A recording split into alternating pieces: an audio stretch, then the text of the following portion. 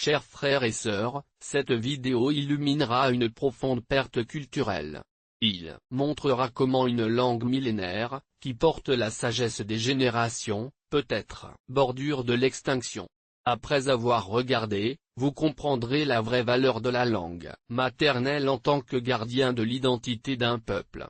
Si vous appréciez la diversité linguistique et culturelle, abonnez-vous à cette chaîne, laissez votre like et écrivez des langues de vie dans les commentaires. Nous parlerons de l'interdiction de l'enseignement de la langue ouïghour dans les écoles de la Chine et comment cette politique représente une tentative systématique d'éliminer un des piliers fondamentaux de l'identité musulmane ouïghour. La Chine a mis en œuvre les réformes éducatives qui marginalisaient puis ont éliminé ouïghour comme langue de l'instruction. Et quelles sont les conséquences? Une génération entière se déconnecte de l'héritage linguistique riche qui porte ses traditions, sa littérature, sa poésie et ses expressions religieuses. Donc, si vous croyez que chaque langue est un univers culturel unique il mérite d'être conservé, regardez cette vidéo jusqu'à la fin. Nous sommes en 2019. La Chine avait accéléré la mise en œuvre de ce qu'elle a appelé « éducation bilingue » dans le Xinjiang.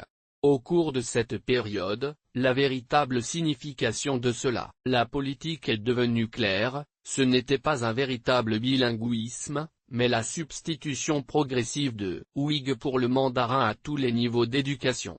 Écoles qui auparavant, ils ont enseigné à ouïghour ont été converties en instruction exclusivement en mandarin. Même l'utilisation de la langue maternelle de manière informelle dans la cour de l'école pourrait en résulter. En punition, les manuels à ouïghour ont été collectés et remplacés par des matériaux exclusivement en chinois.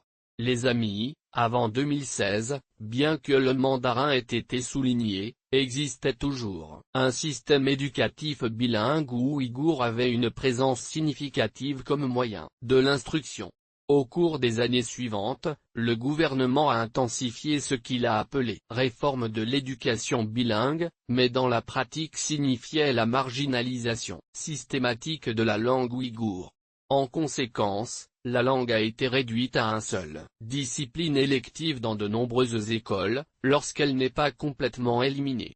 Enfants jusqu'à 3 ans ont été placés dans des internats préscolaires où seul le mandarin a été autorisé, créant une rupture linguistique avec ces familles ouïghoures. À cette époque, les parents qui ont activement enseigné la langue ouïghour à la maison pourraient être accusés de résistance à la politique éducative. Si un enseignant était surpris à expliquer les concepts à ouïghour pour aider les élèves qui ne comprenaient pas bien le mandarin, pourrait faire face à de graves avertissements ou même licenciements. Tous les examens importants et possibilités de progression de l'éducation sont devenus exclusivement en mandarin, créant un désavantage structurel pour les locuteurs natifs d'ouïghour. Amis, les autorités craignaient, en particulier la continuité linguistique parce que, compris que la langue est le principal véhicule de l'identité culturelle et religieuse, puis a mis en œuvre une stratégie délibérée pour l'interruption de la transmission langue intergénérationnelle. Le résultat était une incapacité croissante à communiquer entre les grands-parents de monolin à ouïghour et les petits-enfants éduqués uniquement en mandarin. Les familles de la région ont été forcées de s'adapter à cette nouvelle réalité, sachant que le domaine du mandarin était nécessaire pour toute opportunité éducative ou économique. Pour assurer la mise en œuvre efficace de cette politique, les écoles, des systèmes de surveillance établis où les étudiants pourraient être punis par parler ouïghour même dans des conversations privées. Chaque famille musulmane ouïghour a affronté le dilemme dévastateur de voir sa langue ancestrale, qui porte les expressions religieuses et culturelles, étant systématiquement retirée de l'éducation formelle. Alors, vous pouvez imaginer la douleur de voir vos enfants perdre progressivement sa capacité à communiquer dans la langue de vos ancêtres. Vous pourriez penser qu'après des années d'interdire l'enseignement formel de la langue ouïghour, la langue serait irréversiblement engagée dans les nouvelles générations. Amis, Nous voulons clarifier que l'élimination d'une langue du système éducatif, il représente un coût dévastateur à sa survie à long terme, mais la résistance linguistique des Ouïghurs est comme une rivière souterraine, même lorsque, forcée de disparaître de la surface, continue de couler dans des espaces privés intimes, trouver des chemins créatifs pour persister.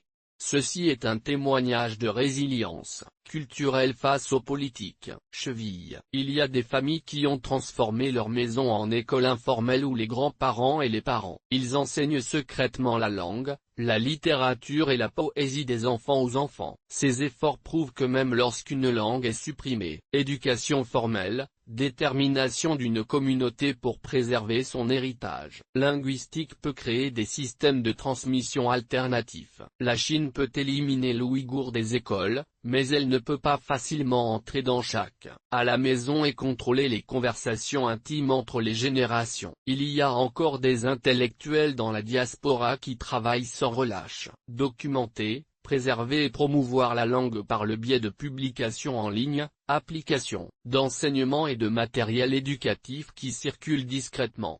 Pendant les conférences, les linguistes internationaux avertissent qu'Ouïghour a rejoint la liste des langues menacées d'extinction, non pas en raison du manque de locuteurs, mais pour des politiques délibérées qui interrompent sa transmission vers les nouvelles générations.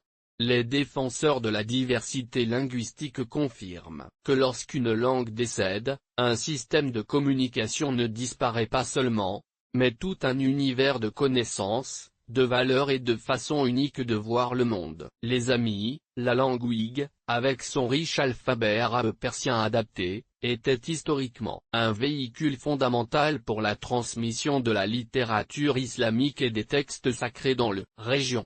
Nous aimerions partager avec vous un témoignage personnel qui, nous pensons qu'il illustrera de façon vivante l'impact de cette politique linguistique. La langue maternelle est certainement un cadeau précieux dans la tradition islamique. Le Coran était révélé en arabe précisément être compris par ses premiers auditeurs, dans votre langue maternelle. La Chine a démontré l'impact dévastateur de l'élimination systématique d'une langue qui a servi de pont entre les générations du Xinjiang.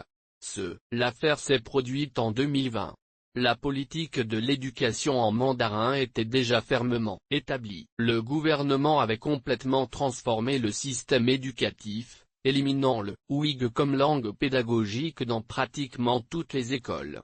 Par conséquent, un écart de communication profond entre les générations, avec des enfants de plus en plus moins capables de parler profondément dans la langue de vos parents et de vos grands-parents. Dans ce contexte, un professeur à la retraite d'une langue ouïghour a partagé son expérience après la transformation du système éducatif. Je rapporterai vos mots tels qu'ils ont été documentés. Littérature ouïghour enseignée par plus de 30 ans dans une école d'Urumqi et elle a dit, tout ce que j'ai été témoin, je compterai sur mes propres mots. J'ai été invité à visiter ma vieille école où j'avais enseigné la langue et la littérature ouïghour pendant 3 décennies. Quand je suis arrivé, la pièce qui était autrefois notre bibliothèque de la littérature ouïghour avait été transformée en un centre d'excellence en mandarin. Les milliers de livres dans notre langue avaient disparu. Voyant cette transformation, j'ai été profondément secoué. Je voulais savoir ce qui s'est produit avec toute la collection littéraire que nous avions construite au fil des décennies. Avec une tristesse croissante, j'ai discrètement interrogé un ancien collègue sur le destin des livres. Il a juste secoué la tête et a changé le sujet. Plus tard, un employé plus jeune m'a dit à voix basse que de nombreux livres avaient été enlevés dans des camions et peut-être détruits, tandis que d'autres étaient verrouillés dans un dépôt avec accès restreint. L'école qui vibrait autrefois de poésie et la littérature ouïghour n'avait plus aucun livre dans cette langue disponible pour les étudiants. L'enseignant qui m'a signalé que cela ne pouvait pas protester ouvertement contre cela. Perte. J'ai approché un administrateur scolaire que je connaissais depuis des années et j'ai demandé avec prudence, comment les élèves apprendront-ils sur leur propre histoire, littéraire et culturelle? Il a officiellement répondu, opportunité nationale. Le mandarin est le chemin du succès. Pourquoi ce changement était-il si dévastateur? Quand j'ai réfléchi plus profondément, j'ai réalisé que ce n'était pas seulement la langue en tant qu'outil de communication. J'ai immédiatement compris que Ouïghe portait des expressions, des métaphores et des concepts culturels et religieux impossibles à traduire précisément. L'enseignant a rapporté que, lorsqu'il a visité une salle de classe, il a observé que les étudiants ont du mal à exprimer idées complexes en mandarin, simplifiant les pensées qui pourraient articuler riche et ça dans votre langue maternelle. Personne n'a ouvertement remis en question le nouveau système. Après cette visite inquiétante, j'ai décidé de faire quelque chose pour préserver. Tous les professeurs de langage ouïghour qu'il connaissait avaient été déplacés, enseignés d'autres disciplines ou forcés de prendre sa retraite prématurément, créant un vide des experts linguistiques. Personne n'a parlé ouvertement de l'impact culturel de cette transformation, car remettre en question des politiques linguistiques pourrait être interprété comme une position séparatiste. Nous avons juste regardé silencieusement une génération s'est déconnectée de votre héritage linguistique. Au fil des mois, j'ai commencé à réaliser le véritable impact sur mon propre quartier. Grands-parents incapables de communiquer profondément avec les petits-enfants, les traditions orales et les histoires qui ne pourraient plus être transmises, riches idiomes qui disparaissaient. Pendant cette période sombre, j'ai commencé discrètement pour offrir des cours informels dans ma maison pour les enfants du quartier. Un petit groupe de parents inquiets. Il a amené ses enfants à apprendre ouïghe, la poésie et l'écriture de la littérature dans l'alphabet traditionnel. Connaissance complètement absente du programme scolaire officiel. J'ai été ému par l'intérêt des enfants et je voulais comprendre comment les communautés répondaient à cette perte.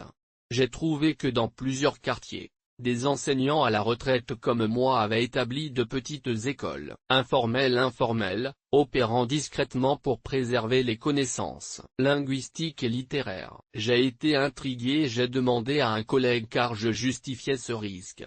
Il a répondu, sagement, lorsque notre langue meurt, notre capacité à comprendre les textes sacrés eux-mêmes, la poésie, les chansons et les histoires meurent également.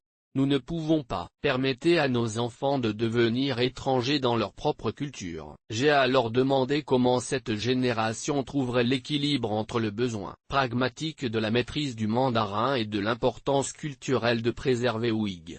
Ils reflétaient, en public, ils parleront la langue de l'État. Mais si nous réussissons, leurs cœurs et leurs esprits continueront de penser, de rêver et de prier dans la langue de leurs ancêtres. Personne dans les autorités ne semblait comprendre que forcer l'abandon d'une langue, ce n'était pas seulement un problème éducatif, mais une forme profonde de violence culturelle. La plupart des employés éducatifs ont traité le problème linguistique comme purement pragmatique, ignorant l'identité et la dimension spirituelle qu'un langage porte. Quand un enfant ouïghour ne peut plus lire les poèmes mystiques d'Ali Shir Navoi, ou comprendre les proverbes traditionnels chargés de sagesse islamique, ou déchiffrer l'enregistrement dans les mosquées historiques, quelque chose de beaucoup plus grand qu'un système de la communication est perdu. C'est comme tirer des pages du livre de votre identité, un par un, jusqu'à ce que seule la couverture reste. Le professeur a ensuite partagé, qui avait secrètement commencé à enregistrer des seigneurs récitant des histoires traditionnelles, poèmes et chansons à ouïghour, créant un fichier numérique qui pourrait vraiment survivre. Après que les locuteurs natifs les plus courants disparaissent, elle a conclu que son témoignage reflète que, pour les Ouïghurs, la langue n'est pas seulement un moyen de communication, mais le référentiel de votre spiritualité, des valeurs et de la vision de monde complexe liée à son identité islamique et culturelle. Amis, ils peuvent interdire l'enseignement formel d'une langue et le supprimer des écoles. Mais quand une langue transporte le poids de l'identité culturelle et religieuse d'un peuple, trouver de nouvelles façons de persister, même dans les conversations chuchotées entre les grands-parents et les petits-enfants. Amis, contemplant cette douloureuse réalité, je me souviens de la diversité linguistique célébrée dans le Coran, qui dit, Parmi ces signes se trouve la création du ciel et de la terre et la diversité de vos langues et couleurs. 32.22, soulignant comment est chaque langue une manifestation de la richesse de la création divine. Écrivez des langues de conservation où chaque langue est sacrée dans les commentaires. Partagez cette vidéo pour sensibiliser à l'impact dévastateur du linguicide culturel. Nous reviendrons avec une nouvelle vidéo. Jusque-là, nous pouvons tous valoriser et protéger la diversité linguistique du monde, reconnaissant que chacun, le langage qui disparaît prend avec elle un univers unique de connaissances et de sagesse.